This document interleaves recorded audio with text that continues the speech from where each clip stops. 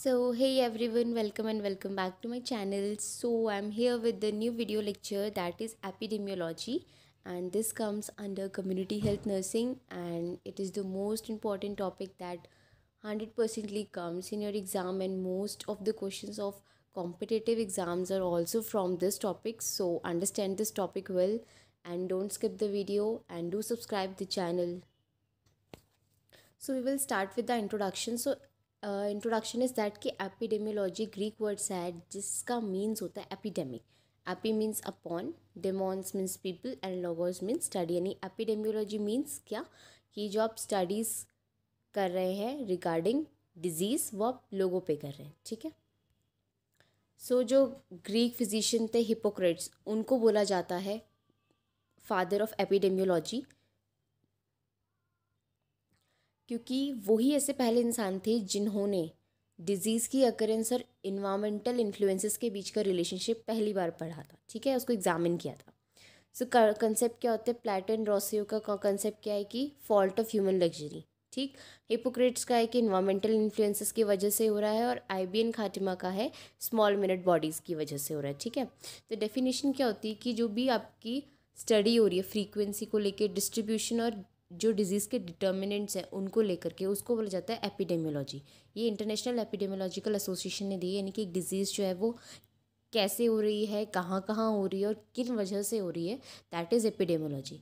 तो इसमें आप क्या देखेंगे, इसकी सेकेंड डेफिनेशन ये है कि जो भी हेल्थ रिलेटेड स्टेट से इवेंट्स हो रहे हैं एक स्पेसिफाइड पॉपुलेशन में, तो उनका डिस्ट्रीब्यूशन और उसके डिटर्मिनेंट्स कौन कौन है उसकी स्टडी करना, दैट इज़ एपिडेमियोलॉजी. और उस स्टडी को हेल्थ प्रॉब्लम्स को कंट्रोल करने में अप्लाई करना, दैट इज़ एपिडेमियोलॉजी.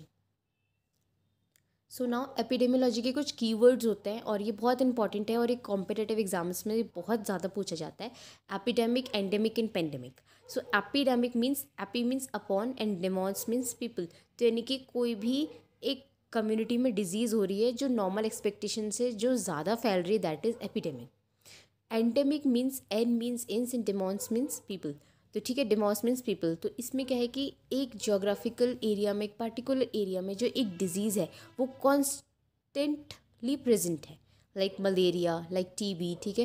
तो ये क्या है, उस एरिया में कॉन्स्टेंटली प्रेजेंट है, that is endemic. And epidemic means कि वो नॉर्मल से अभी बहुत ज़्यादा स्प्रेड कर चुकी है. And pandemic means, pan means all and demos means people. तो ये ऐसा होता है इसमें कि डिज़ीज़ जो हो रही है वो कंट्री टू कंट्री जो है वो स्प्रेड होती चली जा रही है, जस्ट कि epidemic of AIDS, epidemic of COVID. ठीक है. सो एम्स क्या रहते हैं एपिडेमियोलॉजी के, कि पहला एम रहता है कि जो ह्यूमन पॉपुलेशन में डिजीज़ प्रॉब्लम है वो किस तरीके से डिस्ट्रीब्यूट हो रही, किस साइज़ में डिस्ट्रीब्यूट हो रही. ठीक है. ज़्यादा अमाउंट में हो रही, कम हो रही है, तो ये हमें देखना होता है. दूसरा क्या है कि जो इटोलॉजिकल फैक्टर्स क्या रहे हैं, कि अगर डिज़ीज़ जा कर के डेवलप कर रही है तो उसके पीछे क्या फैक्टर्स हैं. तीसरा ये रहता है कि अब आपको पता है डिज़ीज़ हो रही है, पैथोजन का आपने पता लगा लिया, उसके बाद आप क्या करते हैं, उसमें प्रिवेंशन, कंट्रोल एंड ट्रीटमेंट करते हैं. तो ये उसमें हेल्प करता है कि आपको प्लानिंग, इम्प्लीमेंटेशन और इवैल्यूएशन ऑफ सर्विसेज करने में ये आपको हेल्प करता है, सो दैट कि जो डिज़ीज़ कंडीशन है वो आप के सप्रेस कर पाए, कंट्रोल कर पाएँ, ताकि वो डिज़ीज़ जो है वो आगे ना स्प्रेड हो. Now comes scope of epidemiology. तो अकॉर्डिंग टू डिजीज़ ग्रुप, तो क्या स्कोप है, पहला आप इन्फेक्शियस डिजीज़ के ऊपर कर सकते हैं, दूसरा cardiovascular epidemiology, and third is cancer epidemiology. Group factors, group of factors के अकॉर्डिंग क्या है, nutritive epidemiology, reproductive, environmental, clinical, molecular and genetic. And अब रहता है यूजेस क्या है एपिडेमियोलॉजी का. सबसे पहला आपको ये देखना है कि जो डिज़ीज़ हो रही है वो उसके कॉजेज़ क्या है, वो क्यों हो रही है, किन वजह से हो रही है. दूसरा ये कि जो पॉपुलेशन में जो लोग रह रहे हैं उनका हेल्थ स्टेटस क्या है, कि वो हेल्दी हैं या अनहेल्दी हैं या एवरेजली लाइफ सर्वाइव कर रहे हैं, आपको ये देखना है. ये हेल्प करता है. उसके बाद क्या है कि जो हमारी नेचुरल हिस्ट्री है डिज़ीज़ की, वो जहाँ से आई थी और अब कैसी हो गई है, तो उसको डिस्कवर करने में हेल्प करता है. जो उसके बीच के गैपिंग्स रही हैं, जो उनमें इवोल्यूशन हुआ है, तो उसको स्टडी करने में हेल्प करता है. फिर डिजीज़ कंट्रोल करने में हेल्प करता है. उसके बाद क्या, हेल्थ सर्विसेज का बेटर मैनेजमेंट करने में हेल्प करता है. उसके बाद क्या करता है कि जैसे एक स्टेट है, ठीक है, एक पॉपुलेशन है एक स्टेट की, ओवर अ टाइम क्या है वहाँ पे डिजीज़ के क्या इफेक्ट रहे हैं, फ्यूचर हेल्थ कैसी रहेगी वो प्रेडिक्ट करने में हेल्प करता है। फिर कम्युनिटी की हेल्थ कैसे रहेगी वो डायग्नोस करने में हेल्प करता है। हेल्थ सर्विसेज को इवेल्युएट करने में हेल्प करता है। उसके बाद क्या है कि जो इंडिविजुअल रिस्क है, यानी कि ग्रुप एक्सपीरियंस के बेसिस पे कि इस पर्सन को कौन से डिजीज़ होने के ज़्यादा चांसेस हैं, उस चीज़ को एस्टिमेट करने में हेल्प करता है। सिंड्रोम को आइडेंटिफाई करने में हेल्प करता है। ठीक है, डिज़ीज़ का कॉज आया कहाँ से, बेसिक डिजीज़ कहाँ से स्टार्ट हुई, उसको क्या कहते हैं सर्च करने में हेल्प करता है। सो नाउ कुछ टर्मिनोलॉजीज होती है एपिडेमियोलॉजी में जो हमें जाननी बहुत ज़रूरी होती है। सबसे पहले होती है इन्फेक्शन। इन्फेक्शन क्या है कि जो भी आपके इन्फेक्शियस एजेंट है, जो पैथोजन है, वो एनिमल की या मैन की बॉडी में एंटर कर रहा है और डेवलपमेंट कर रहा है by multiplication. Then is endemic. Endemic क्या है, अभी बताया था, constant presence of disease in a particular area. ठीक है, जैसे कॉमन कोल्ड, उसमें बाहर से कुछ नहीं आया है, वो पहले से ही है बट वो अभी भी प्रेजेंट है। ठीक है, फिर आता है एपिडेमिक। एपिडेमिक में क्या कि आउटब्रेक, कहीं से बाहर से कोई चीज़ पैथोजन आया और सडनली उसने बहुत ज़्यादा डिजीज़ कॉज कर दी और वो नॉर्मल एक्सपेक्टेशन से भी बहुत ज़्यादा एक्सेस कर गई। ठीक है, फिर है स्पोरेटिक। स्पोरेटिक मीन्स जो इरेगुलरली हो रहा है, ठीक है, और हैपहैज़र्डली हो रहा है, यानी कि सडनली हो रहा है और इरेगुलरिटी में आपको नहीं पता उसका पैटर्न क्या है, और ये क्या कर रहा है, टाइम टू टाइम हो रहा है, जनरली इनफ्रीक्वेंटली होते जा रहा है, तो ये होता है स्पोरेटिक। ठीक है, ये डिजास्टर्स होती हैं, ये हार्मफुल होती हैं, जैसे कि पोलियो। फिर पेंडेमिक। पेंडेमिक क्या है, जो country to country whole over the world spread करता है, दैट इज एड्स जैसे एग्जाम्पल। फिर आता है जूनोसिस। जूनोसिस क्या है, कोई भी डिजीज़ या इन्फेक्शन जो नेचुरली ट्रांसमिट हो रही है वर्टिब्रेट एनिमल और मैन के बीच में, लाइक रेबीज, प्लाग। ठीक है, फिर है इंक्यूबेशन पीरियड। इंक्यूबेशन पीरियड क्या होता है, ये वो टाइम इंटरवल होता है जिसमें कि बॉडी में पैथोजन एंट्री कर रहा है और तब से लेकर के कब आपका पहला साइन और सिम्टम अपीयर हो रहा है। लाइक कि कोल्ड के एग्जांपल को हम लेते हैं कि कोल्ड का वायरस एंटर किया, हमें नहीं पता, बट उस वायरस के एंटर करने से लेकर के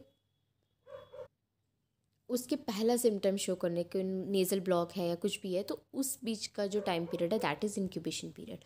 फिर एक कैरियर। कैरियर क्या है, जो डिजीज़ को कैरी करता है। ठीक है, लाइक ह्यूमन। आइसोलेशन में हम क्या करते हैं कि पर्सन को जो है अदर ह्यूमन बींग से हम सेपरेटली रखते हैं सो दैट कि डिजीज़ जो है वो उनको ट्रांसमिट ना हो।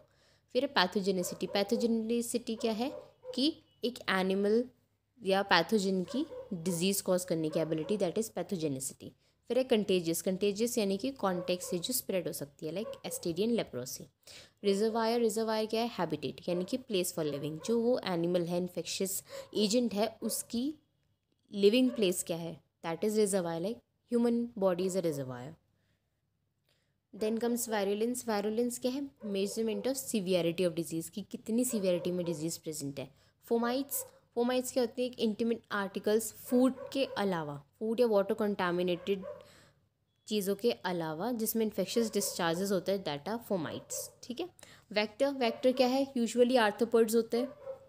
वेक्टर मीन्स जो कैरी करते हैं, जैसे for example mosquito. Mosquito most common vector है, क्या करता है, इन्फेक्टेड पर्सन से हेल्दी पर्सन में डिजीज़ को कैरी करता है। ठीक है, फिर इसमें अपने कंक्लूजन में आपने क्या देखा, intro, history, definition, aim, scope, uses and terminology. So now we will see level of prevention. Level of prevention mostly आप सबको मालूम है, primary, secondary and tertiary. Primary में आप हेल्थ प्रमोशन करते हैं, स्पेसिफिक प्रोटेक्शन प्रोवाइड करते हैं। सेकेंडरी में आप क्या करते हैं, अर्ली डायग्नोसिस करते हैं, लाइक स्क्रीनिंग टेस्ट। ठीक है, उसके बाद केस फाइंडिंग्स करते हैं, एडुकेट ट्रीटमेंट आप प्रोवाइड करते हैं। टर्शरी में क्या करते हैं, डिसेबिलिटी लिमिटेशन करते हैं, रिहैबिलिटेशन करते हैं। रिहैबिलिटेशन कैसा, functional, vocational, social and psychological. ठीक है, तो एपिडेमियोलॉजिकल अप्रोच आती है, तो इसमें आप क्या करते हैं, सबसे पहला क्वेश्चंस पूछते हैं, सेकंड आप कंपैरिजंस करते हैं। आस्किंग क्वेश्चंस में आप क्या करते हैं कि एपिडेमियोलॉजी कहाँ से आया है, लर्निंग एंड आस्किंग क्वेश्चन से है। ठीक है, और उससे जो आपको आंसर्स मिले, तो आपको क्या पूछना है, इवेंट क्या है। इवेंट यानी कि प्रॉब्लम, अभी प्रॉब्लम क्या चल रही है, कहाँ ये हुई है, कब हुई थी, कौन अफेक्ट हुआ और क्यों ये हुई। ये आपको 5 चीज़ें देखनी होती है। ठीक है, क्या, कहाँ, कब, क्यों और कैसे। ठीक है, तो इसमें क्या है, इसमें रिलेटेड टू हेल्थ एक्शंस आप क्या पूछेंगे कि हम इस प्रॉब्लम को रिड्यूस कैसे कर सकते हैं और इसकी कॉन्सिक्वेंसेस क्या है। आप इसको फ्यूचर में कैसे प्रिवेंट कर सकते हैं, ठीक है। फिर कम्युनिटी के एक्शंस ले सकती है इसको प्रिवेंट करने के लिए बाय हेल्थ सर्विसेज, क्या एक्शंस ले जा सकते हैं, दूसरे सेक्टर्स क्या एक्शंस ले सकते हैं, फिर आपको कौन कौन सी रिसोर्सेज चाहिए होंगी, ठीक है, इसकी प्रिवेंशन के लिए, और क्या क्या एक्टिविटीज़ हमें ऑर्गेनाइज करानी सो दैट हम पीपल नॉलेज प्रोवाइड कर सकें उन्हें, ठीक है। सेकेंड आप क्या करते हैं, मेकिंग कंपैरिजंस करते हैं, यानी कि आप क्या करेंगे, दो आपके अप्रोचेस लेंगे और क्या करेंगे, कंपैरिजन करके इन्फ्रेंसेस बनाएंगे। आप क्या करेंगे, दो अलग अलग पॉपुलेशन को एक टाइम पर लेकर के, जस्ट लाइक आपने रूरल एंड अर्बन पॉपुलेशन ले ली, ठीक है, तब इनके बीच में कंपैरिजन करेंगे। अब आप इसमें सब पॉपुलेशन ढूंढेंगे, like male and female population का आप कंपैरिजन करेंगे। अब इनके बीच में भी क्या करेंगे, आप पीरियड्स को लिखेंगे, लाइक डिफरेंट सीजन्स में आप उनका ऑब्जर्वेशन कर रहे हैं और कंपैरिजन कर रहे हैं, ठीक है। तो इसमें आप टूल्स लेते हैं कुछ मेजरमेंट के लिए। सबसे पहला आता है रेट, रेशियोज़ एंड प्रपोर्शंस। तो रेट्स में आप क्या करते हैं, रेट में आप ये देखते हैं कि एक पर्टिकुलर जो भी इवेंट है वो कैसे हुआ है, कितना हुआ है, ठीक है, उसकी अकरेंस क्या रही है गिवन पीरियड ऑफ टाइम में। तो इसमें आप डेथ रेट ले रहे हैं जैसे, तो number of deaths in a year and median population कितनी है इनटू 1000, तो ये आपका डेथ रेट आ जाएगा। सेकेंड आता है क्रूड रेट। क्रूड रेट्स में आप क्या करते हैं, ये एक्चुअल ऑब्जर्व रेट्स होते हैं, जैसे कि बर्थ रेट है, डेथ रेट है, तो क्रूड रेट को हम अनस्टैंडर्डाइज रेट्स बोलते हैं, ठीक है। फिर आता है स्पेसिफिक रेट। स्पेसिफिक रेट में आप क्या करते हैं, ये एक्चुअली ऑब्जर्व्ड होते हैं, लाइक स्पेसिफिक कॉजेज जैसे ट्यूबरक्लोसिस है, या स्पेसिफिक ग्रुप्स में आप देख रहे हैं, एज 6 ग्रुप देख रहे हैं, या फिर स्पेसिफिक टाइम पीरियड पे देख रहे हैं, एनुअल, मंथली या वीकली, तो ये आप एक्चुअली में बहुत ज़्यादा इसका ऑब्जर्वेशन कर रहे हैं, ठीक है। स्टैंडर्डाइज्ड में क्या कर रहे हैं, आप डायरेक्ट या इनडायरेक्ट मेथड से ले रहे हैं, ठीक है। जैसे एज 6 स्टैंडर्डाइज रेट्स होते हैं कुछ, तो आप उनके थ्रू इन्फॉर्मेशन ले रहे हैं, दैट आर स्टैंडर्डाइज रेट्स।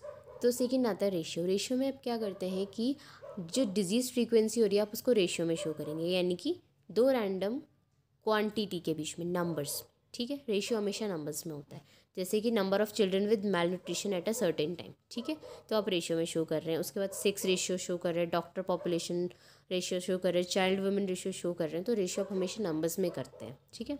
फिर है प्रोपोर्शन। प्रोपोर्शन में आप क्या कर रहे हैं, प्रोपोर्शन क्या दिखाता है, रेशियो के बीच का रिलेशन, ठीक है, कि एज अ होल वो आपको मैग्नीट्यूड शो करेगा, जिसमें न्यूमरेटर होता है वो हमेशा डिनोमिनेटर में इंक्लूड होता है, ठीक है। तो प्रोपोर्शन आप कैसे बताएंगे, जैसे फॉर एग्जांपल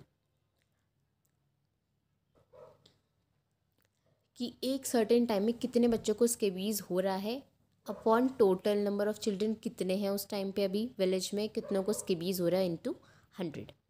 फिर आते हैं मोरालिटी। मोरालिटी क्या है, डेथ कितनी हो रही है पॉपुलेशन में, ठीक है। मोरालिटी डेटा जो होता है वो बहुत इजीली आप ऑब्टेन कर सकते हैं, बहुत सारी कंट्रीज़ में रीजनेबली एक्यूरेट भी होता है, क्योंकि क्योंकि हर मतलब मोस्ट ऑफ द कंट्रीज ऐसी रहती हैं जो डेथ रेट का जो मोर्टेलिटी रेट एरिया होता है, डेटा होता है, वो हर साल कलेक्ट करती है।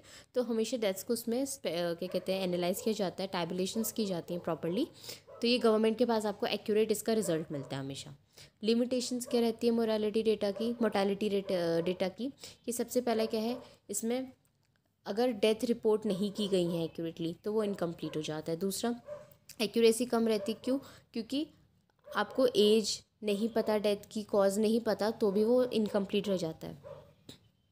लैक ऑफ यूनिफॉर्मिटी, क्योंकि यूनिफॉर्मिटी नहीं रहती कि कभी लिया कभी नहीं लिया या कभी रॉन्ग डेटा कलेक्शन हो गया, तो ये लिमिटेशंस में आता है। चेंजिंग कोडिंग सिस्टम बदल रहे, फैशन मतलब फैशंस वगैरह बदल रहे कि आपको कैसे डायग्नोज करना है, कैसे वैलिड करना है डेटा को, तो उसमें भी काफ़ी इसमें बहुत डिजीज़ लिमिटेशंस आ जाती हैं। फिर जो कुछ डिजीज़ेज होती हैं जिनकी लो फर्टेलिटी होती है, ठीक है, जैसे मेंटल डिजीज़, आर्थराइटिस, ये हार्मफुल है बट किसी की इसमें डेथ नहीं होती है, तो ये लिमिटेशन में ऐड हो जाती है। फिर आता है मोर्टेलिटी रेट्स एंड रेशियोज। तो इसमें आप सबसे पहला क्रूड डेथ रेट देखते हैं, जो अभी बताया था मैंने, सिंपलेस्ट मेजर जो होता है वो क्रूड डेथ रेट ही होता है। इसमें आप क्या करें, नंबर 1000 पे आप डेथ रेट को देख रहे हैं, ठीक है, यानी कि number of death in a year and median population कितनी है इनटू 1000 करके देख रहे हैं। स्पेसिफिक में आप क्या कर रहे हैं, जब एनालिसिस प्लान होता है कि वो इटियोलॉजी को ज़्यादा फोकस करेगा, तो हम उस टाइम पे स्पेसिफिक डेथ रेट देखते हैं, लाइक कि ट्यूबरक्लोसिस से कितने लोगों की डेथ हो रही है, कैंसर से, एक्सीडेंट से, तो ये हम स्पेसिफिक में देखते हैं। फिर जो स्पेसिफिक ग्रुप से रिलेटेड अगर है तो age specific, sex specific, age sex specific दोनों, तो स्पेसिफिक में आप स्पेसिफिक डेटा कलेक्ट करते हैं सिर्फ एक से रिलेटेड, बट क्रूड में आप ऐसा नहीं लेते, क्रूड में आप ओवरऑल लेते हैं, ठीक है। फिर case fatality ratio, case fatality में क्या आता है कि एक डिजीज़ की किलिंग पावर कितनी है, ठीक है, ये आप रेशियो टू केसेस की वजह से, ठीक है। इसमें टाइम इंटरवल स्पेसिफाई नहीं होता है। जो केस फैटेलिटी रेट होता है वो आप एक्यूट इन्फेक्शस डिजीज़ में लेते हैं, जैसे फूड पॉइजनिंग है, कॉलेरा है, मिजल्स हैं, तो इस कंडीशन में आप लेंगे। तो कि इसको आप कैसे निकालेंगे कि number of death in a particular disease by total number of cases of the same disease into 100। फिर है प्रोपोर्शनल मोर्टेलिटी रेट, ये भी आप रेशियो में शो करते हैं। ये कभी कभी हमें बहुत ज़्यादा यूज़फुल होता है जब हम एक पर्टिकुलर कॉज की वजह से देखते हैं, लाइक कैंसर या टीबी या कुछ भी। तो उस टाइम पे क्या करता है, हमें बहुत ज़्यादा हेल्प करता है, ठीक है। कि इसमें हमें क्या पता चलता है कि एक पर्टिकुलर एज ग्रुप में कितनी प्रोपोर्शंस में डेथ हो रही है, ठीक है। लाइक अबव 50 ईयर्स कितनी हो रही है, अबव 40 कितनी हो रही है, अबव 60 कितनी हो रही है, ठीक है। उसके बाद प्रोपोर्शनल मोर्टेलिटी रेट्स में आपको ये भी पता चलता है कि पर्टिकुलर कॉज की वजह से कितनी नंबर ऑफ डेथ्स हो रही है। लाइक स्पेसिफिक एज ग्रुप में पर 100 लेके चलते हैं, पर 1000 लेके चलते हैं। तो हमारे पास प्रोपोर्शनल मोर्टेलिटी रेट हम कैसे निकालते हैं कि number of death from specific disease in year, कि एक डिजीज़ एक साल में एक स्पेसिफिक डिजीज़ की वजह से डेथ और टोटल डेथ्स कितनी है, तो उससे हमें इंटू 100 करके प्रोपोर्शनल मोर्टेलिटी मिल जाता है। फिर अंडर 5 प्रोपोर्शनेट मोर्टेलिटी रेट में आप क्या करते हैं कि number of death under 5 years of age आप देखते हैं, ठीक है, और total number during the same period, ठीक है। कि टोटल डेथ अगर 100 हुई है और उसमें से 5 ईयर से बिलो वाले 20 बच्चे, तो इंटू 100 करके आप रेट निकाल देंगे। Proportional mortality rate for aged 50 and above, तो वही आप करेंगे 50 प्लस वाले जो है उनको न्यूमरेटर में लिखेंगे और टोटल डेथ्स कितनी हुई है उसको लोअर डिनोमिनेटर में लिख करके इंटू 100 कर देंगे। सर्वाइवल रेट, सर्वाइवल रेट क्या होता है, ये सर्वाइवर स्किल होता है। अब जान ही रहे, नाम से पता चल रहा है सर्वाइवल मीन्स कि कितने लोग सर्वाइव कर चुके हैं, ठीक है। तो ये आप क्या करते हैं, बहुत लंबे टाइम के लिए इसको स्टडी करते हैं, लाइक 5 ईयर पीरियड, ठीक है। तो जो इसमें सर्वाइवल रेट्स आते हैं वो लाइक कैंसर स्टडीज़ में आप देख सक रहे हैं। तो सर्वाइवल रेट में आप क्या कर रहे हैं, 5 ईयर्स की आपने स्टडी करी, total number of diagnosed treated patients upon into 100 कर देंगे आप, ठीक है। अब आते हैं मोबिडिटी। मोबिडिटी में क्या होता है, अकरेंस ऑफ इलनेस और इलनेसेस इन अ पॉपुलेशन की कितनी वो अकर करे, that is morbidity. Mortality death होती है और मॉर्बिडिटी अकरेंस ऑफ इलनेस होती है। मॉर्बिडिटी को आप क्या कर रहे हैं, आप उसको कोई भी एक एनी डिपार्चर सब्जेक्टिव ऑब्जेक्टिव कुछ भी आप ले सकते हैं, यानी कि फिजियोलॉजिकल वेलबींग की कंडीशन में आप देख रहे हैं कि सिकनेस, इलनेस, डिसेबिलिटी कुछ भी कॉज हो रही है, दैट इज़ मॉर्बिडिटी, ठीक है। WHO एक्सपर्ट कमेटी क्या बता रही है कि उन्होंने 6th रिपोर्ट में ये नोट किया था कि जो मॉर्बिडिटी है वो हम 3 यूनिट्स में करते हैं। पहला कि कितने लोग बीमार थे, ठीक है, दूसरा बीमारियाँ, ठीक है, और तीसरा ड्यूरेशन कितने टाइम तक की थी। तो हम 3 चीज़ें मॉर्बिडिटी में देखते हैं हमेशा।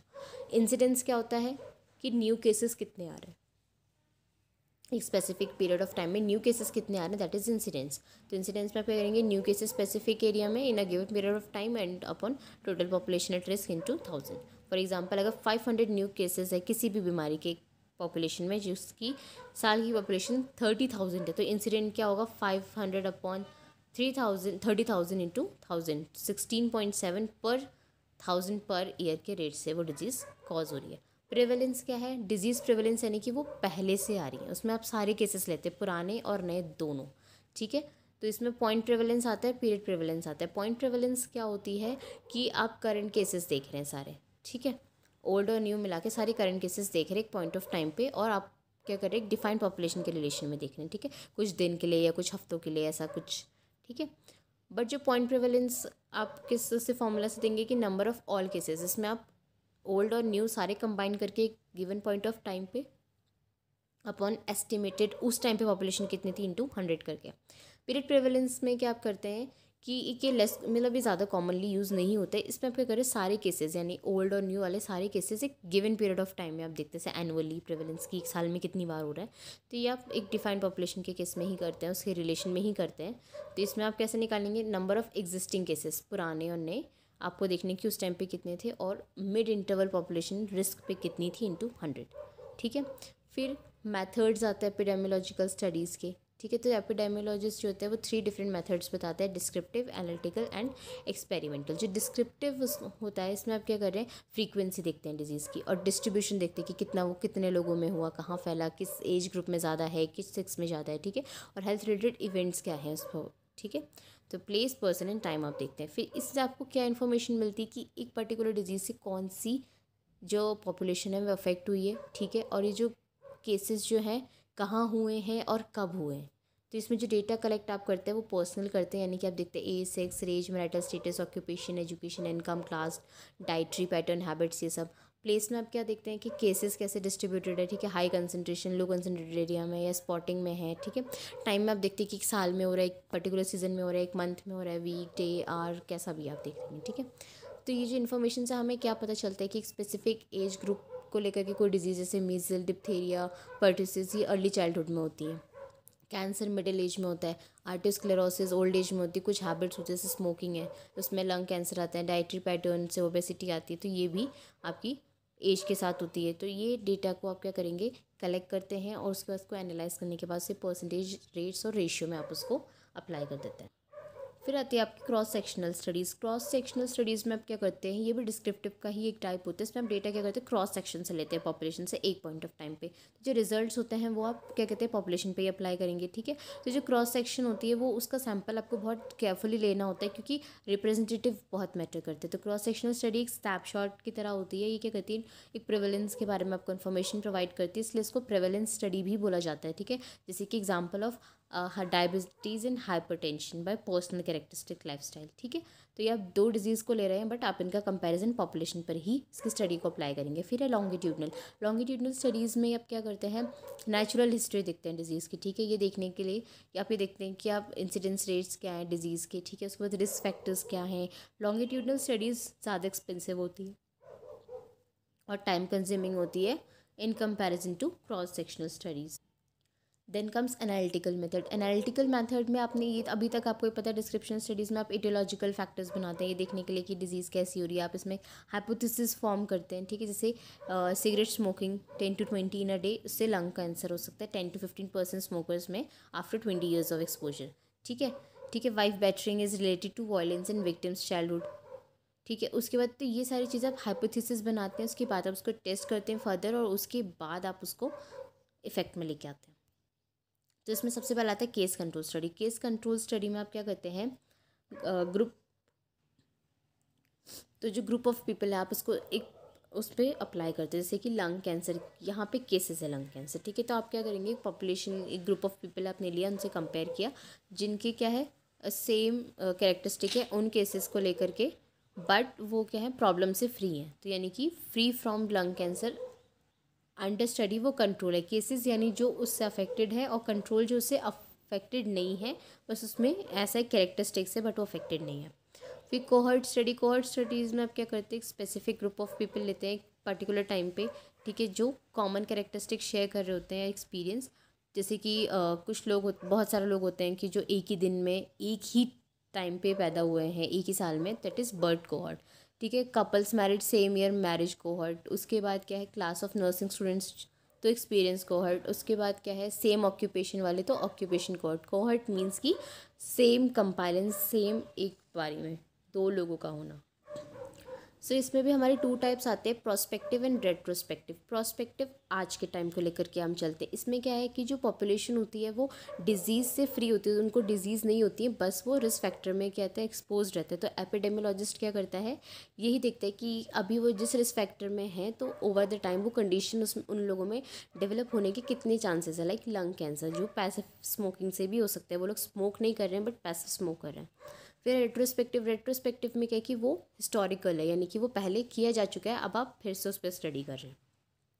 फिर एक्सपेरिमेंटल मेथड्स में क्या करना है आपको, ये कोहर्ट स्टडीज़ की तरह ही सिमिलर रहते हैं। इसमें बस कंडीशन ये होती है कि वो इन्वेस्टिगेटर के कंट्रोल में होती है। एक्सपेरिमेंटल स्टडीज़ जो होती हैं हम इटियोलॉजी को कंफर्म करने के लिए करते हैं। इससे क्या होता है कि हम प्रिवेंटिव मेजर्स अच्छे ला सकते हैं, थेरेप्यूटिक मेजर्स अच्छे ला सकते हैं, और हेल्थ केयर सर्विसेज को भी अच्छे से एवेल्युएट कर सकते हैं। तो ये कंट्रोल कंडीशंस में हमेशा से स्टडी करते हैं। तो इन्वेस्टिगेटर क्या करता है, वो इंटरवेंशंस देता है या ट्रीटमेंट्स प्रोवाइड करते हैं एक्सपेरिमेंटल ग्रुप को, जो एक्सपोजर में होते हैं पॉजिटिव फैक्टर के, या फिर जो है या फिर वो उसका थेरेप्यूटिक मेजर ले रहे होते हैं, या तो वो रिस्क फैक्टर में होंगे या वो ट्रीटमेंट पीरियड में होंगे, तो वहाँ पर वो इंटरवेंशन देखेगा और उसके बाद देखेगा कि कितना अफेक्ट कर रहा है पॉपुलेशन को, ठीक है।